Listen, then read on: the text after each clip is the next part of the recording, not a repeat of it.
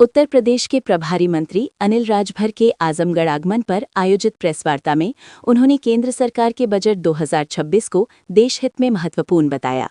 उन्होंने कहा कि ये बजट विशेष रूप से मध्यम वर्ग, किसानों और युवाओं के लिए लाभकारी साबित होगा तथा इससे देश की अर्थव्यवस्था को मजबूती मिलेगी। प्रेस वार्ता के दौरान मंत्री अनिल राजभर ने समाजवादी पार्टी द्वारा लगाए जा रहे आरोपों पर भी प्रतिक्रिया दी। उन्होंने कहा कि एसआईआर मामले में सपा द्वारा लगाए जा रहे आरोप पूरी तरह बेबुनियाद हैं और किसी भी व्यक्ति का नाम सूची से नहीं हटाया गया है। साथ ही उन्होंने अहिल्याबाई होलकर की प्रतिमा तोड़े जाने के आरोपों को भी गलत बताते हुए कहा कि सपा जनता को भ्रमित करने का प्रयास कर रही है।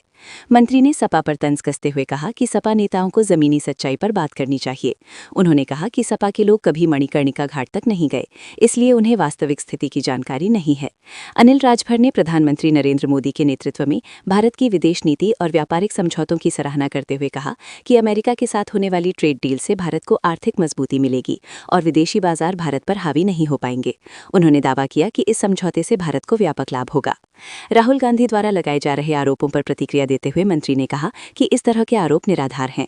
उन्होंने पूर्व आर्मी चीफ की अप्रकाशित किताब को लेकर संसद में हो रही बहस को भी बेकार बताते हुए कहा कि जब किताब प्रकाशित ही नहीं हुई है तो उस पर आरोप लगाना उचित नहीं है। मंत्री अनिल राजभर ने कहा कि केंद्र सरकार की नीतियों के कारण देश लगातार प्रगति कर रहा है और प्रधानमंत्री नरेंद्र मोदी किसानों तथा आम जनता के हित में लगातार कार्य कर रहे हैं। एक बार फिर आजमगढ़ जनपद के अपने सभी मीडिया साथियों का मैं बहुत अभिनंदन करता हूं, मैं बहुत स्वागत करता हूं। आज की जो प्रेस वार्ता हमारे अध्यक्ष द्वय ने आमंत्रित की है, आदरणीय ध्रुव जी और विनोद राजभर जी ने, वो भारत की श्री मोदी जी की सरकार ने जो बजट प्रस्तुत किया है उसके संदर्भ में, बजट के अलावा भी जो आप सबकी जिज्ञासा होगी, आपके सवाल होंगे, आप बात बोलिए, आप लोग उसका भी हम लोग जवाब देंगे, उत्तर देंगे, आप सबको संतुष्ट करने का प्रयास करेंगे। थोड़ी देर बजट पे बात हो जाए, फिर आप सब लोग जो जैसा कहेंगे उसका करेंगे। देखिए, रिकॉर्ड 9वीं बार देश की आदरणीय वित्त मंत्री निर्मला सीतारमण जी ने भारत के बजट को देश की संसद में प्रस्तुत करने का काम किया। श्रद्धेय प्रधानमंत्री माननीय श्री मोदी जी की सरकार ने जो बजट प्रस्तुत किया है, प्रतिपक्ष को छोड़कर पूरा देश आज उससे उत्साहित है। बहुत से साथी हेडलाइन तलाश कर रहे थे, हम लोग भी सुन रहे थे जब बजट प्रस्तुत हुआ कि इस बार के बजट की हेडलाइन क्या होने जा रही। लेकिन हम लोग माननीय प्रधानमंत्री जी का अभिनंदन करना चाहते हैं कि पूरा बजट देखने के बाद ये महसूस हुआ कि श्री मोदी जी की सरकार हेडलाइन नहीं, डेडलाइन के आधार पर बजट प्रस्तुत की। और डेडलाइन क्या? 2047 तक भारत को विकसित राष्ट्र बनाना है। इस बार का बजट भारत को विकसित राष्ट्र बनाने की दिशा में उठाया गया एक मजबूत कदम है। जिस प्रकार से आर्थिक विकास पर सर्वाधिक जोर सरकार ने दिया है,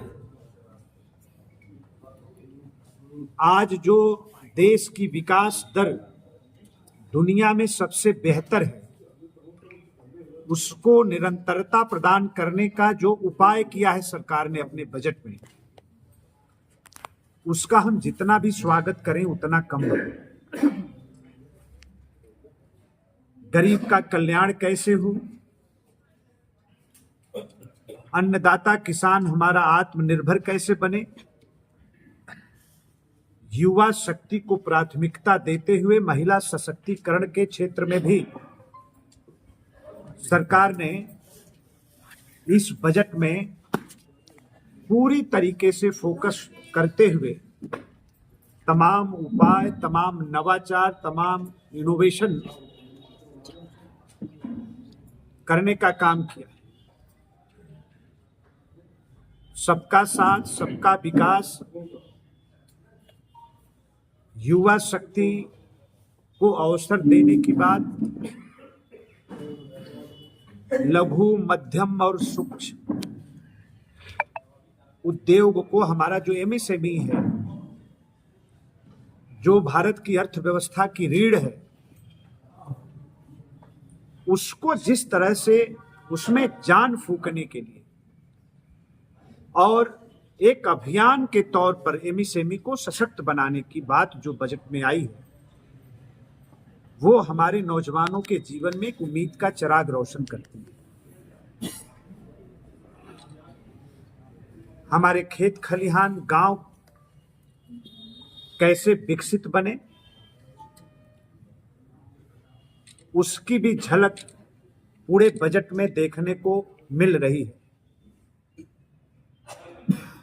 जो निर्यात पर फोकस किया है सरकार ने, अभी हम सब लोगों ने देखा कि यूरोपीय यूनियन के साथ जो ट्रेड डील हुई है, जो व्यापारिक समझौता हुआ है, हम सब लोग जानते हैं, आप सब लोग अवगत हैं कि यूरोपीय यूनियन जो दुनिया की जीडीपी है उसको 25% तक प्रभावित करती है। तो देश के लिए एक बहुत बड़ा विकल्प श्रद्धेय श्री मोदी जी की सरकार का ये जो पुरुषार्थ है उसकी बदौलत आज हमें मिल रहा है। बहुत पुरानी कहावत है कि झुकती है दुनिया, झुकाने वाला चाहिए। आज भारत की शर्तों पर अमेरिका ने जिस तरह से समझौता किया है और 18% के टैरिफ के साथ हमारे जो व्यापारिक समझौते हुए हैं, उसके भी बड़े दूरगामी परिणाम हमें देखने को मिलेंगे। आज हम दुनिया की चौथी बड़ी अर्थव्यवस्था हैं और 27 तक श्री मोदी जी की सरकार का संकल्प है कि हम दुनिया की तीसरी बड़ी अर्थव्यवस्था बनेंगे। तो भारत को तीसरी बड़ी अर्थव्यवस्था बनाने के क्षेत्र में भी, उस दिशा में भी ये जो सामयिक बातें हम लोग आपस में कर रहे हैं, बजट से लेकर यूरोपीय यूनियन से समझौता और फिर अमेरिका जिस तरह से भारत की शर्तों के साथ हमारे व्यापारिक समझौते की तरफ हम लोग आगे बढ़ रहे हैं, सबका परिणाम हमें जो देखने को मिलेगा वो भारत को दुनिया की तीसरी बड़ी अर्थव्यवस्था बनाने के लिए वो एक बहुत बड़ा कदम साबित होगा। सबका साथ, सबका विश्वास,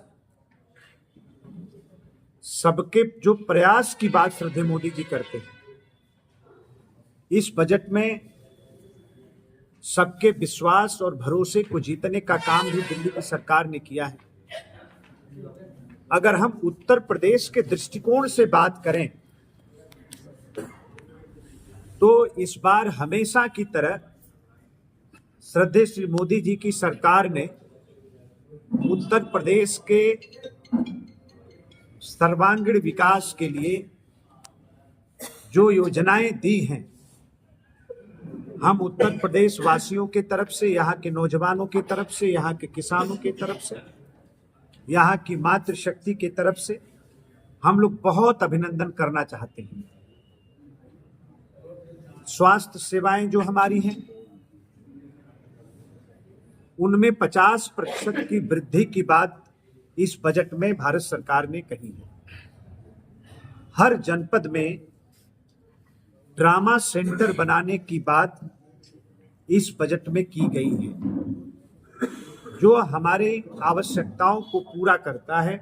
आज हमारी बहुत जरूरत है। आज ट्रामा की मांग हर जनपद में हो रही है और इस लिहाज से उत्तर प्रदेश की जरूरत के आधार पर हर जिले में जो ट्रामा सेंटर बनाने की बात इस बजट में की गई है, हम लोग उसका भी बहुत अभिनंदन करते हैं, बहुत स्वागत करते हैं।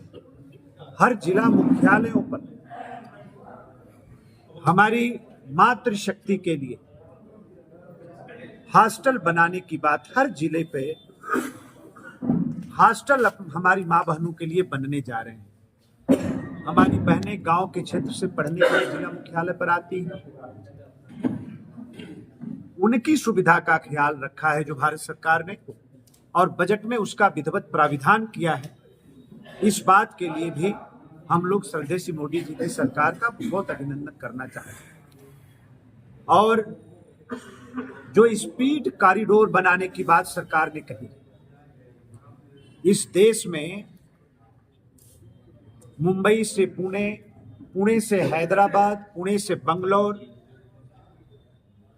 बंगलौर से हैदराबाद, दिल्ली से वाराणसी, वाराणसी से सिलीगुड़ी, ये जो हाई स्पीड रेल कॉरिडोर जो उत्तर प्रदेश को मिल रहा है, मैं समझता हूं कि उत्तर प्रदेश के विकास को बहुत बड़ी ताकत इससे मिलेगी।